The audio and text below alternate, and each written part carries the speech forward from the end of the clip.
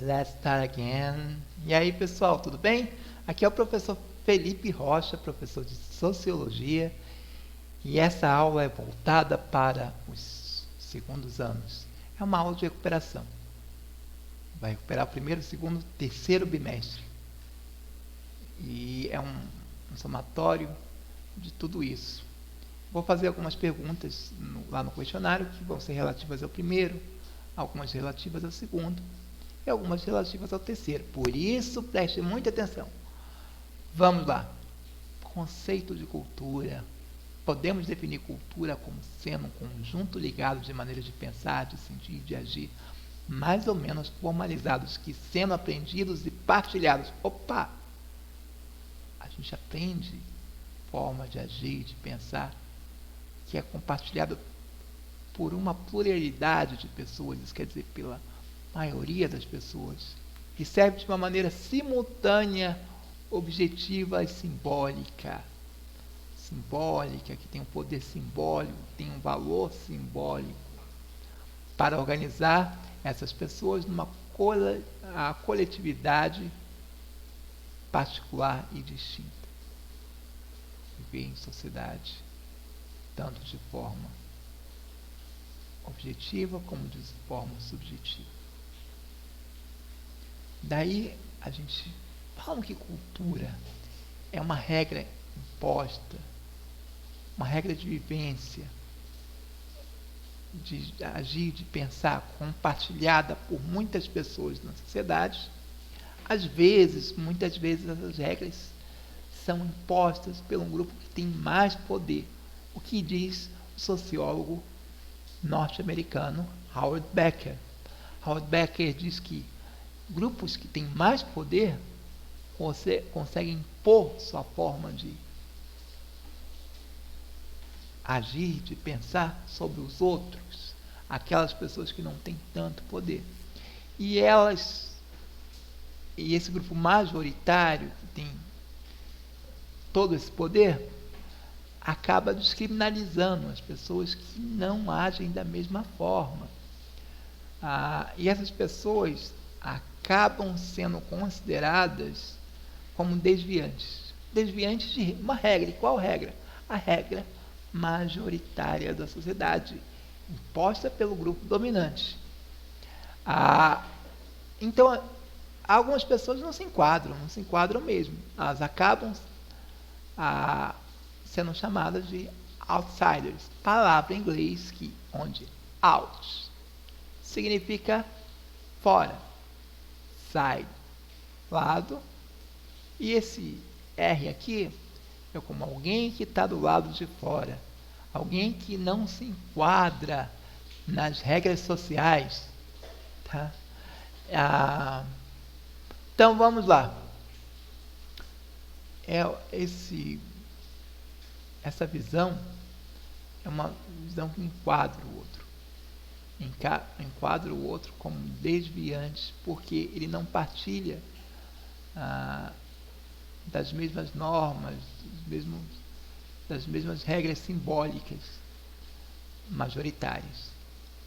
Outro autor importante para entender isso é o britânico Norbert Elias, um outro sociólogo muito importante, que ele diz que no passado tempo foi existindo uma espécie de cultura boa, também imposta pelos grupos dominantes.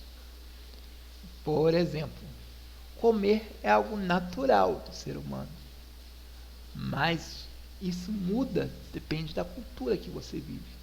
Se você vive numa cultura letrada, mais que letrada, uma cultura das classes, das altas classes, da alta sociedade, você tem que saber usar talheres, você tem que saber usar o lenço, saber se sentar sobre a mesa. São características, são para você poder conviver dentro daquela sociedade.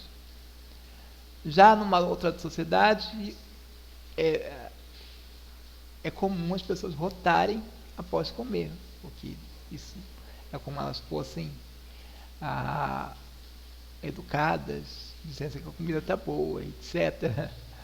Então, essas regras são impostas sobre os indivíduos, dependendo da cultura, tá? E é claro que culturas dominantes conseguem impor isso de uma forma melhor. Mas também existe uma outra forma de impor-se. As pessoas que vivem muito tempo numa determinada sociedade, quando chegam novas pessoas para viver naquele bairro, naquela cidade, elas são rejeitadas. Aí existe uma relação entre estabelecidos e outsiders. E isso fica bem claro num filme chamado The Hands That Build America, ou As Mãos que Construíram a América. Nesse filme, a gente sabe que os Estados Unidos é um país de imigrantes, mas existia um grupo de imigrantes que já estava há muito tempo nos Estados Unidos, e ele tem uma nova leva de pessoas chegando, principalmente da Irlanda, e essas pessoas são rejeitadas. O que não acontece muito diferente no Brasil em algumas situações.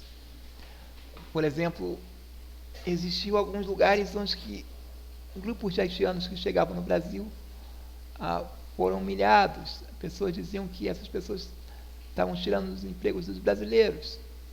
Mas é importante dizer que, principalmente no Sul, a maioria dos brasileiros que vivem no Sul são filhos de imigrantes que em algum momento chegaram no Brasil. E eles também eram estrangeiros. Por isso, os estabelecidos tendem a discriminar aquelas pessoas que estão começando, são novas, que estão chegando no lugar. Então, essa distinção é bastante importante. Vamos à frente. Eu vou falar mais aqui dessa parte embaixo, dessa parte aqui de baixo. A gente tem cultura material, que é aqui em cima, né? Que a gente fala sobre artefatos, objetos, animais, plantas. A gente tem a cultura imaterial, crenças, valores simbólicos, linguagem, normas, instituições. Então, a gente vive num lugar e existem valores que dão sentido à nossa vida. Seja a religião, um exemplo, nós somos brasileiros, somos cristãos. Então, a religião cristã dá sentido à nossa vida. Se fôssemos indianos, possivelmente seria a religião hindu. Se fossem japoneses, possivelmente seria a religião budista. Por quê? Porque é a religião da maioria das pessoas. Isso faz sentido para a gente. São bens que nós compartilhamos. Esses bens não são bens materiais, mas são bens simbólicos ou imateriais. No entanto, e são legítimos de uma determinada sociedade. No entanto, com a Revolução Industrial, as coisas começam a se tornar, tudo começa a se tornar mercadoria. O que é mercadoria? Algo que tem valor de compra e de venda. Inclusive a cultura. Era preciso criar uma cultura que desse lucro. Vender filmes, livros. Mas cada sociedade tem uma cultura diferente. Isso servia como um certo empecilho para grandes grupos que precisavam vender para diferentes sociedades. Então era preciso criar um tipo de cultura que tivesse um valor universal. Cultura de massa. A cultura de massa é uma cultura que é espalhada pelos meios de comunicação de massa e que vendem muito. Vou dar um exemplo disso. Quando eu era criança pequena lá em Barbacena, brincadeira, lá no Rio de Janeiro, eu via que existiam muitas formas de cultura que compartilhavam espaços, modelos culturais, gostos, etc. A gente tinha o funk que estava bem no começo, mas não tinha muita força ainda. A gente tinha o Blake, não era tão forte, mas a gente tinha o MPB, que era muito forte mesmo. Muita gente ouvia MPB. A gente tinha o rock, tinha muita força, que ao mesmo tempo compartilhava espaços com outros ritmos. No entanto, com o passar do tempo, foram criando grupos que se distinguiam, estavam muito acima dos outros. Por exemplo, a música sertaneja, o funk hoje, que dominam o cenário cultural. Por quê? Porque é mais fácil seguir uma receitinha, ter um produto pronto e vender esse produto. Isso, o que, imagina assim, no Rio Grande do Sul as pessoas tinham um tipo de música. No Ceará tinha um outro tipo de música, majoritária. Mas o sertanejo se espalha como um todo e faz sucesso no país todo. Porque e é um modelo planificado, assim, um modelo que é muito igual. As músicas sertanejas não mudam muito. A temática, algumas características. Por que isso acontece? Porque é mais fácil, vira um produto, um produto, de certa forma, espalhado pela mídia. A gente pode pensar que os filmes de guerra e outros produtos culturais que têm essa característica do que a gente chama de cultura de massa. Beleza, pessoal? E sobre o trabalho? É importante lembrar que o trabalho nem sempre foi visto da mesma forma. Antigamente, lá na antiguidade, na Grécia Antiga, Roma, o trabalho era visto como uma coisa ruim, coisa de gente escrava. Por exemplo, a palavra trabalho vem do termo tripalium, que era um instrumento de tortura. Os gregos antigos não trabalhavam, o homem livre não trabalhava, se dedicava à guerra, à arte, às artes e à cultura. Quem trabalhava? Os escravos. Antigamente, mesmo na Inglaterra, era muito comum dizer: eu, Lord de Edinburgh, declaro que nunca trabalhei, meu pai nunca trabalhou, meu avô nunca trabalhou. Isso era visto como algo bom. Mais uma vez, porque trabalho era visto como coisa de escravo. Inclusive tem uma frase lá da Grécia Antiga que diz assim: o escravo não tem alma. Pense em alma no sentido da psique, da mente. Eles não tinham tempo para se dedicar às artes, à política. Era como eles não tivessem alma. Esse é o sentido. Beleza, pessoal? Que mais? Sim. Relação do trabalho do homem com a natureza. Karl Marx chama a atenção que o que é o trabalho? O trabalho não é nada mais do que o homem transformar a natureza. E ao transformar a natureza, ele transforma a si próprio. Eu pego madeira, vou lá, corto a árvore, e dessa árvore eu posso fazer cadeira, casa de madeira, uma série de coisas. Eu pego minério de ferro, transformo ele em ferro, e eu posso transformar esse ferro em um monte de coisas. Então, pelo trabalho humano, o homem transforma elementos da natureza. E ao transformar elementos da natureza, ele transforma a si mesmo. Porque o homem que tem cadeira não senta mais no chão. Correto? O homem que inventou a cadeira nem consegue mais ficar sentado no chão. Então o homem se transforma. Agora é importante dizer que o trabalho nem sempre foi apropriado da mesma forma. A gente chama de... não faltou a palavra agora, daqui a pouco eu digo. Mas assim, a gente tem os períodos, tá? Os modos de produção. Opa, veio a palavra, os modos de produção. O que são os modos de produção? Em diferentes períodos, o trabalho foi apropriado de forma diferente. Na sociedade escravista antiga, existia dinheiro, existia, mas ninguém trabalhava por dinheiro. As pessoas trabalhavam porque eram escravas. A sociedade fazia guerra, por exemplo, as sociedades gregas, e ao fazer guerra, a sociedade, como posso dizer, opa, estou bom no ano hoje, hein? Mas vamos lá. Ao fazer guerra, se conseguia escravos, porque quem perdia a guerra virava escravo. O escravo era aquele que produzia, que trabalhava, e os homens livres tinham tempo livre para se dedicar. Primeiro a guerra, porque a guerra era o espaço onde eles conseguiam escravos.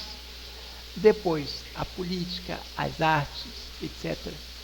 E o escravo só trabalhava, ele não tinha tempo para nada, por isso ele era considerado sem alma. Agora, com o advento da sociedade capitalista, industrial, e numa dinâmica, numa fé cristã, o trabalho começou a ser valorizado. O trabalho que era desvalorizado passou a ser valorizado. Agora, quem não trabalha, que é mal visto. É preciso que todos trabalhem. Então, a gente teve uma mudança na forma de ver o trabalho. Agora, eu estava falando lá da sociedade escravista, a gente teve a sociedade feudal, que era um período de guerra, as pessoas precisavam de segurança, e o senhor feudal oferecia segurança, oferecia terras, e em troca, esses servos tinham que trabalhar parte da semana nas terras do senhor feudal. Não existia uma relação de troca econômica, quer dizer, não tinha dinheiro na parada. As pessoas trabalhavam por outra razão. E o que é o capitalismo? O último desses modos de produção. O capitalismo é quando o homem trabalha em troca de salário, dinheiro. Então, o homem vende sua força de trabalho. E ao vender sua força de trabalho, ele também se transforma numa mercadoria. Uma vez que mercadoria é tudo aquilo que pode ser vendido e comprado. Agora, consumo e consumismo. Qual é a diferença entre consumo e consumismo? Consumo é tudo aquilo que a gente precisa para viver, a gente precisa comprar comida no mercado, comprar roupa, etc. E é algo normal e necessário. Consumismo é uma necessidade que vai além, quer dizer, é algo que vai além da necessidade. Algumas pessoas compram para se sentir bem, compram algo que não precisam. Vou dar um exemplo aqui. Eu tinha uma amiga que, durante a faculdade, ela era considerada a garota mais bonita da faculdade. Ela era casada, tinha um filho e um bom emprego. No entanto, ela sentia a necessidade de comprar tantas roupas que ela não conseguia ajudar o marido nas despesas da casa, e ela sentia a necessidade de comprar roupa e mais roupa, mesmo ganhando muito bem, muito mais que ele. E ela teve que fazer uma terapia, e nessa terapia se descobriu que ela comprava roupa porque ela, de certa forma, ela se desvalorizava. Lá na cabeça dela, ela não se dava valor. E para se dar valor, ela achava que ela tinha que estar bem vestida todo o tempo, com roupas de marca, para que as pessoas notassem ela. E aí teve que tratar isso. Então, consumismo é quando você compra aquilo que você não precisa. E o que é o fetiche da mercadoria? O fetiche da mercadoria vem lá de Marx. Mais uma vez, voltamos para Marx. E gente, aí fora está caindo uma chuvarada, hein? Marx dizia o seguinte, ele tirou essa história lá da Bíblia, de Moisés, quando subiu um monte Sinai para receber os 10 mandamentos. O povo ficou embaixo esperando, ficou sem paciência, pegou as joias que tinham, fizeram um bezerro de ouro e começaram a adorar esse bezerro. E esse bezerro chamava-se fetiche. Quando um ser, uma pessoa, cria um objeto mental, ou algo que ele faz com suas próprias mãos. Aqui a gente está falando de algo que ele faz com suas próprias mãos, e transforma isso em algo superior a ele, ele está criando um fetiche, o que a gente chama de fetiche da mercadoria. Então, imaginemos o seguinte: um cara que para estar bem ele tem que estar num carrão, porque ele não é ele é o carrão. O carrão representa o que ele é.